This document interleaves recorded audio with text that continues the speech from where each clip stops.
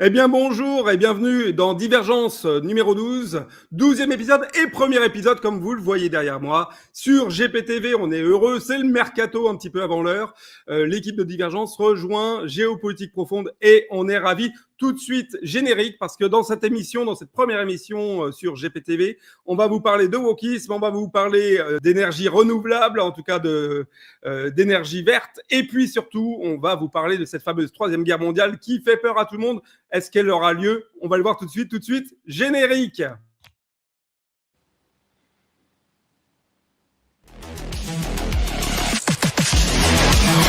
On va pas interdire les plans à trois, on va pas interdire l'infidélité, on va pas interdire le polyamour. Le bruit et la fureur. Rien à foutre. Nique ta mère. Madame Pécresse, c'est Madame Pinter 02. À Pinter 02, elle appellera à voter pour Emmanuel Macron. Silicon Valley en Seine-Saint-Denis. C'est plutôt la Silicon voilée, non? Je suis la seule à pouvoir battre Emmanuel Macron. Au revoir.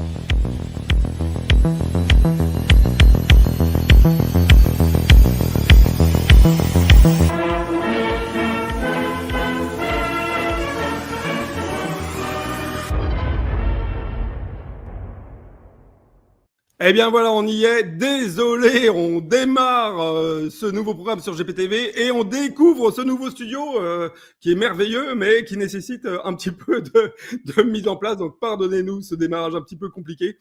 Géopolitique Profonde reçoit donc Divergence Politique, l'équipe de Divergence Politique qui est constituée de Thomas Tomasovic, youtubeur célèbre désormais pour ses émissions sur la Russie, de Édouard Chano, présentateur de Choc du Monde, de Xavier Moreau qui est extrêmement connu notamment pour ses livres et pour son bulletin hebdomadaire Stratpol, et puis vous le retrouverez à partir de la semaine prochaine, de Fabrice Sorlin, notre ami Fabrice qui est en déplacement aujourd'hui, qui sera avec nous la semaine prochaine. Alors, aujourd'hui, je vous l'ai dit, on va vous parler de différents thèmes, on va vous parler de wokisme, on va vous parler d'écologie, et puis on va vous parler de cette fameuse troisième guerre mondiale.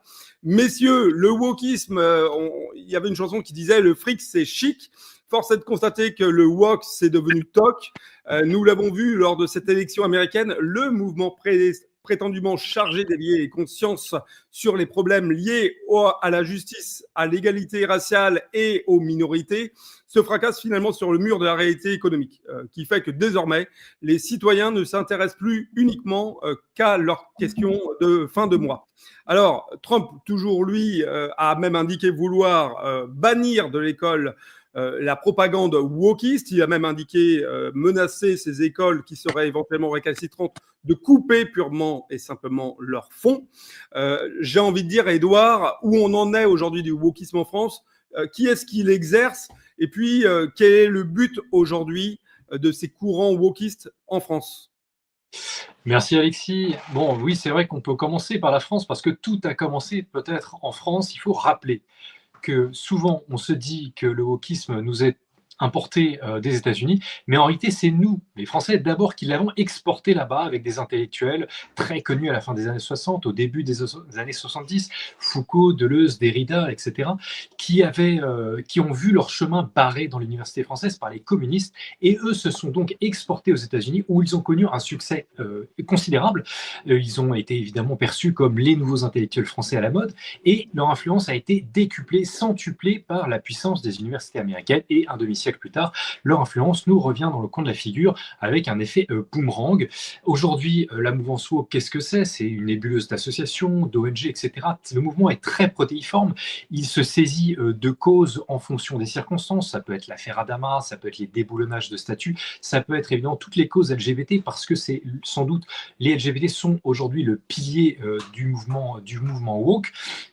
Mais il ne se réduit pas à ça. Je vais commencer peut-être à répondre à d'autres questions, mais si on se pose la question du déclin, c'est très risqué, puisque c'est en l'occurrence un mouvement protéiforme qui peut s'adapter aux circonstances. Voilà. C'est pour ça qu'en France, il reste difficile à circonscrire et à la fois très influent et et j'ai envie de dire, encore assez puissant.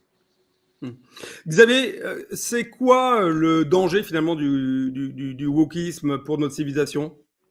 Je dirais que comme le dit tout à fait bien Édouard, on est dans la déconstruction. Et les déconstructeurs, en fait, c'est ces fameux philosophes, les French philosophes dont parle Édouard.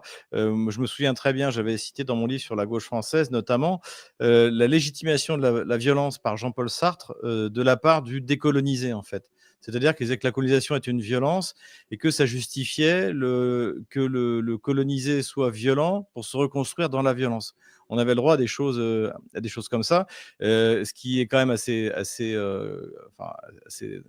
dangereux parce que finalement la colonisation, les Français ils étaient contre à l'origine, hein. Ça a été imposé par la Troisième République, par Jules Ferry et par Gambetta, mais ils n'en voulaient pas. Donc les Français sont aussi victimes de la colonisation que les peuples colonisés.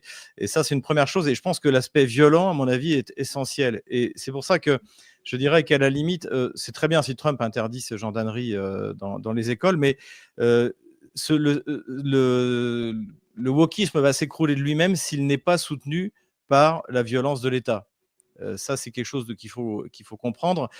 C'est pas possible c'est tellement absurde du point de vue humain, du point de vue anthropologique, ce qu'affirme le wokisme, que en fait, les gens n'en veulent pas. Et ils finissent par l'accepter que sous la contrainte. Et c'est ça qu'on observe.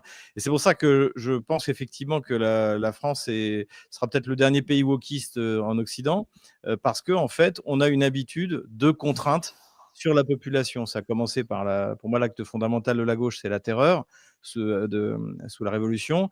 Et en fait, on a l'idée, donc, des idées d'ailleurs plus ou moins absurdes qui étaient portées par la Révolution, notamment celle de Robespierre et son être suprême, ou l'athéisme militant, la haine du catholicisme. Alors que la France était catholique, c'était quelque chose qui venait d'en haut. C'est ça qui est aussi fondamental. Et le wokisme vient d'en haut. Ça vient d'une élite souvent dépravée, il faut quand même me le dire. Il n'y a qu'à voir ce qui se passe aux États-Unis. J'espère que tout va sortir, que Trump sera au pouvoir, et qui impose finalement ses lubies, son idéologie fanatique par la violence de l'État, par la pression, on le voit sur la censure. Par exemple, avant Trump, moi j'avais un compte Twitter donc à mon nom, qui a été supprimé par l'équipe d'avant, parce que j'ai fait j'ai pris plusieurs positions anti-LGBT et ça m'a valu à chaque fois 3 avertissements. Mon compte YouTube, avant qu'il soit supprimé, par exemple, le compte de Stratpol, avant qu'il soit supprimé, parce que j'avais été observateur des élections du référendum dans le Donbass, toutes les avertissements que j'avais pris, et pourtant je suis pas politiquement correct, mais généralement ça passait. Mais dès que je parlais, par exemple, de l'influence du lobby LGBT au sein du Quai d'Orsay, bing, avertissement. Et systématiquement. Et ça, c'est vraiment un sujet tabou. Ils sont extrêmement puissants.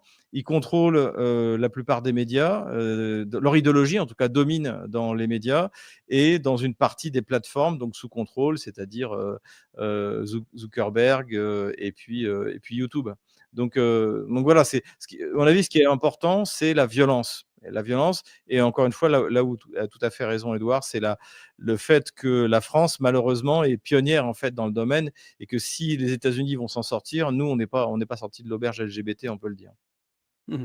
Et la question aussi de la religion aux États-Unis est aussi un facteur protecteur pour les États-Unis que nous n'avons plus avec la laïcité aujourd'hui en France. Enfin, ça, c'est mon point de vue.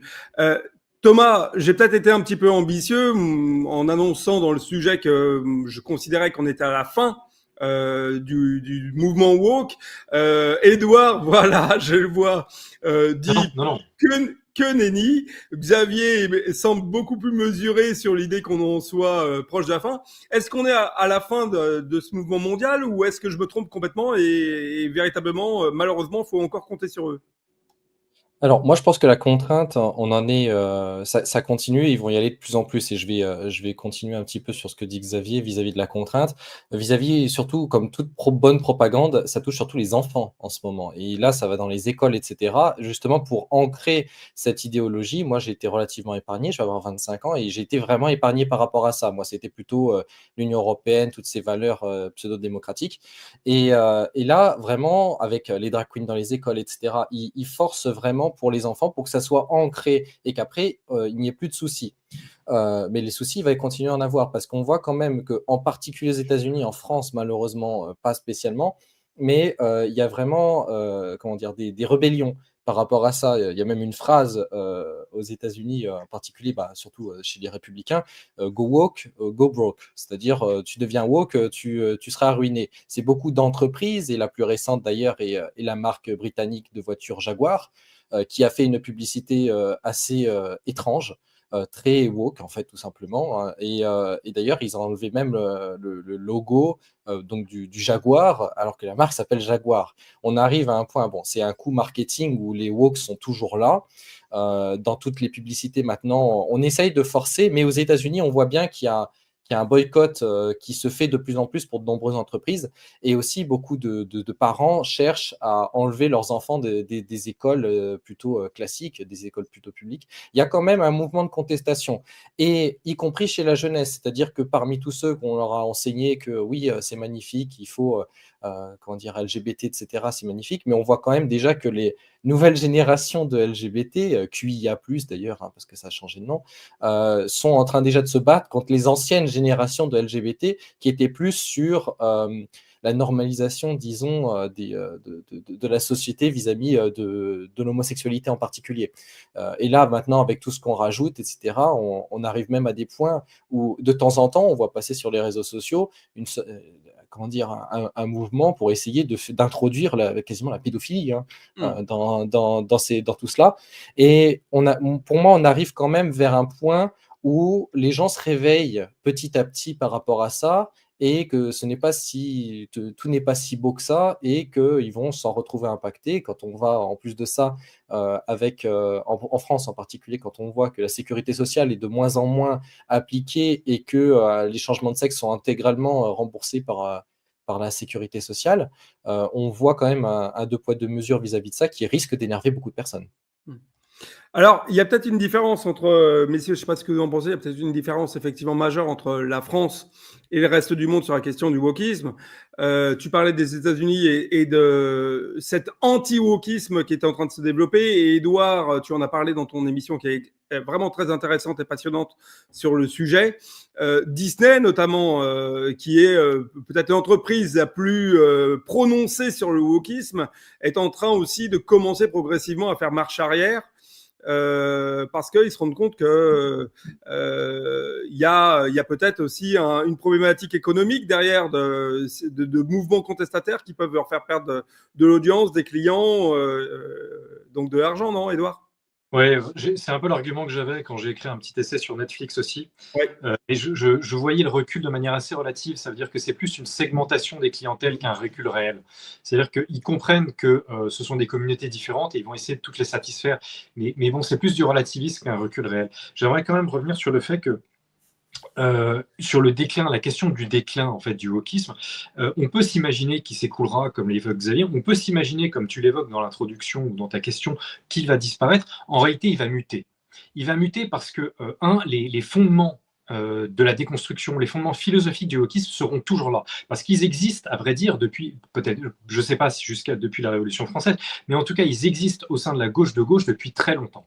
Ensuite, il y a une force dans le wokisme qui perdurera. Si on part du principe que le mouvement LGBT est l'un de ses piliers, il est, à mon avis, l'un de ses piliers les plus forts parce que les LGBT touchent toutes les strates de la société. Ce n'est pas le militantisme typique de la gauche de gauche. On trouve concrètement des homosexuels partout dans la société et à tous les niveaux sociaux. Et ça, je ne vois pas, enfin ça continuera de durer. Et ils auront toujours leur influence de la même manière au sein des institutions, etc. Donc c'est en cela qu'il continuera à perdurer, c'est dans cela qu'il continuera à être influent, c'est peut-être en cela qu'il continuera à garder ses principes, même si quelquefois il peut être la cause de disputes, comme je l'ai déjà dit il y a quelques minutes, par exemple entre les trans qui concrètement seront peut-être la cause de la fin du wokisme tel qu'on le connaît aujourd'hui en 2024, parce qu'ils sont allés trop loin. Thomas évoque les écoles, etc. Je pense que ça ne se sent pas exactement en France, ça se sent clairement aux États-Unis quand on voit des drag queens ou des trans dans les écoles. Ça, on n'a pas vraiment vu ça en France, mais clairement aux États-Unis, ça a été une des causes, un des détonateurs de la remise en cause du wokisme. Ça, on ne le voit pas encore en France, mais on sent quand même les tensions entre le mouvement LGBT entre guillemets classique et les LGBT+, trans, etc., etc. Et ça, si on suit d'ailleurs la rhétorique de gauche, c'est la cause, depuis 2 siècles, c'est la cause typique des échecs de la gauche. La rhétorique marxiste, c'est l'union fait la force. Dès qu'il y a une défaite, c'est à cause de la désunion. Dès qu'il y a une victoire, c'est grâce à l'union. Et c'est cela qui sera ou non la cause de la fin du wokisme en France. Bon, eh ben écoutez, messieurs, on va passer à notre deuxième thème. Alors finalement, là, c'est un thème, Xavier, où tu vas pouvoir nous dire plein de choses. La Troisième Guerre mondiale n'aura pas lieu. Alors, ce lundi et puis ce mardi, le régime kievien, suite à l'autorisation du président Biden donnée aux Ukrainiens de tirer en profondeur sur le territoire russe, a donc tiré 6 attaques MS depuis des missiles britanniques, britanniques Storm Shadow contre des objectifs militaires en Fédération de Russie. Donc, de nombreuses personnalités politiques ont tout de suite critiqué ces décisions, parlant de risque réel de déclenchement de Troisième Guerre mondiale. De son côté, le président russe et le ministre des Affaires étrangères, Sergei Lavrov, ont immédiatement communiqué sur les modifications apportées à la doctrine nucléaire. Alors, messieurs, si Jean Giraudoux écrivait « La guerre de Troie n'aura pas lieu », est-ce que la Troisième Guerre mondiale, elle, est plus malheureusement crédible ? À tout seigneur, tout honneur. On va peut-être commencer par Xavier immédiatement.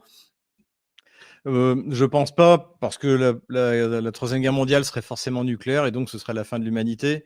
Donc, aussi fanatiques que soient les démocrates aux États-Unis ou les Anglais, puisqu'en fait, ce qui est intéressant, c'est que ces deux puissances-là qui sont en question, et d'ailleurs, Vladimir Poutine les a citées toutes les deux. Il a pas parlé, il a parlé des États-Unis et des pays satellites, en fait, mais il a précisément nommé, et c'est à cause de l'origine des missiles, donc l'Angleterre pour les Storm Shadow et les HIMARS et les attaques MS du côté américain. Donc je pense qu'on n'ira pas jusqu'à la guerre mondiale. Ce qui est clair, c'est que la guerre elle est globale, mais pour moi, ça n'a pas commencé avec le tir des Storm Shadow et des attaques MS. Enfin, si vous regardez les véhicules qui ont été utilisés pour rentrer à l'intérieur du territoire russe d'avant 2022, donc dans la région de Koursk, c'est quasiment que des véhicules de l'OTAN. Des Abrams, des Léopards, des Challenger, des CV-90. Il y a quelques VAB malheureusement perdus là-bas en train de s'embourber, comme d'habitude. Donc en fait, la guerre, elle est déjà globale. Je pense qu'on est dans une phase qui va durer 2 mois jusqu'à l'arrivée de Trump, où tout va être utilisé pour saboter les tentatives d'apaisement qui ont été annoncées par Trump et par son équipe. C'est ce que dit son fils, Xavier. C'est ce que dit, voilà, le fils de Trump. Il l'a tweeté immédiatement dès lundi en disant tout est fait pour s'aborder la bonne arrivée de mon père au pouvoir et le fait de faire la paix.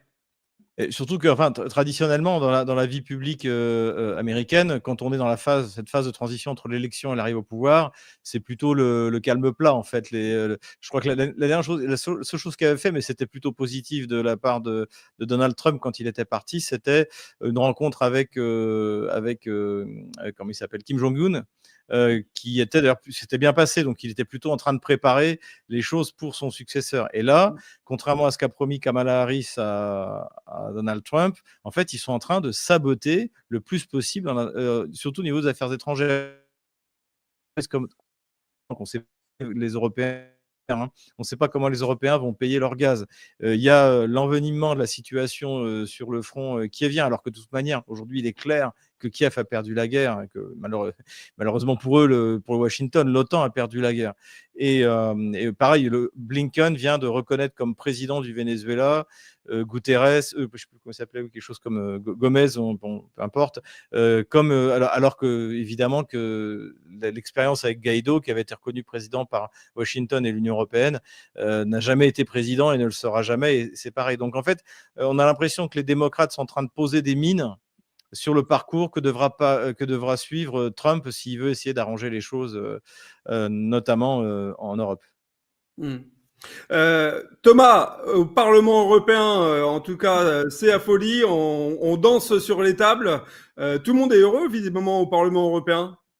Alors, pas tout à fait, je trouve, mais au niveau des mines, justement, ils ont donné des mines aux Ukrainiens pour essayer, justement, c'est même sur du long terme, pour que l'Ukraine, en fait, soit invivable à certaines zones. Mais bon, au niveau du Parlement européen, je suis pas tout à fait d'accord, parce que je trouve quand même que, bon, forcément, il y a tous les Polonais, les Baltes, eux, c'est la fête du slip, ils sont très contents, s'il n'y a rien d'étonnant. Par contre, quand on regarde Scholz, qui a appelé Poutine il n'y a pas longtemps, Macron qui a quand même été très hésitant la première fois. La deuxième fois, il a quand même soutenu comment dire, les missiles occidentaux, américains et britanniques en l'occurrence. Et français, On- puisque c'est officiel depuis hier, la France Est-ce a qu'ils vont les utiliser Ah, après la déclaration la de France, en Poutine? tout Ça, cas, je suis a pas sûr, accepté hein. que les scalps puissent être utilisés également. Ouais, mais ça va être en petite quantité sûrement et C'est pas, ça c'est va être. pas, c'est pas aussi, c'est pas aussi clair que ça, hein. Le ministre des Affaires étrangères a déclaré que c'était une possibilité qui avait été étudiée, mais pour l'instant, il n'y a pas d'autorisation. Et il n'y a pas de tir surtout, parce que finalement, quand on regarde sur le Storm Shadow et sur l'attaque MS, il n'y a pas eu de déclaration officielle.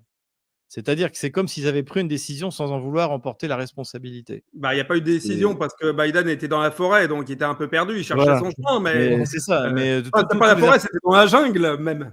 tous les articles qu'on a vu sortir en disant non, il n'y a aucune décision officielle. Là, on a vu arriver aujourd'hui, donc vendredi, une délégation de l'état-major anglais qui arrive en Angleterre sur Excité. Hein, toute la presse anglaise est tout simplement hystérique. Oui, Et elle a donc, même dit hier, je crois que c'est le ministre de la Défense anglaise qui a dit hier ou avant-hier soir que s'il devait intervenir militairement et rentrer en conflit physiquement avec la Russie, que l'Angleterre le ferait. dès demain, effectivement, il l'a dit hier soir. Ouais, ça me paraît complètement lunaire. Bah, Edouard, c'est pas étonnant malheureusement je trouve parce que Johnson déjà avait sapé les négociations en 2022 et bon ça reste le monde Et puis c'est leur anglo-américain, échec. La anglo-saxon défaite en d'habitude. Ukraine, la défaite en Ukraine est leur échec. C'est avant tout l'échec de Washington et de Londres et de l'OTAN en général. Mais ce qu'il faut voir, c'est eux les Mais plus Londres met bien les agressifs. moyens quand même, hein. Quand on regarde, on parle souvent de Washington, mais Londres, je pense que c'est les pires dans le lot moi, pour je au niveau pense de la que négociation, hein. l'Angleterre, je suis d'accord avec toi, l'Angleterre est beaucoup plus incisive vis-à-vis de la Russie, beaucoup plus agressive, même que les États-Unis. Alors, en tout cas, peut-être même de manière plus visible, peut-être pas finalement dans le fond, mais sur la façon de le présenter, en tout cas, oui. Édouard, on parlait de l'Europe qui fait la fête. En France, il n'y a pas véritablement d'opposition ou de parti d'opposition à la guerre. Alors, le gouvernement Macron, lui, est heureux. On a même vu à la télé, il y a eu des montages sur Twitter extraordinaires du gars qui est passé, qui a une tête de fou quand il annonce qu'il faut se battre contre la Russie et tout. Et je pense qu'ils vivent leur meilleur jour. LCI revit depuis une semaine, c'est la rebirth pour LCI. Côté parti politique, là quoi, les Patriotes.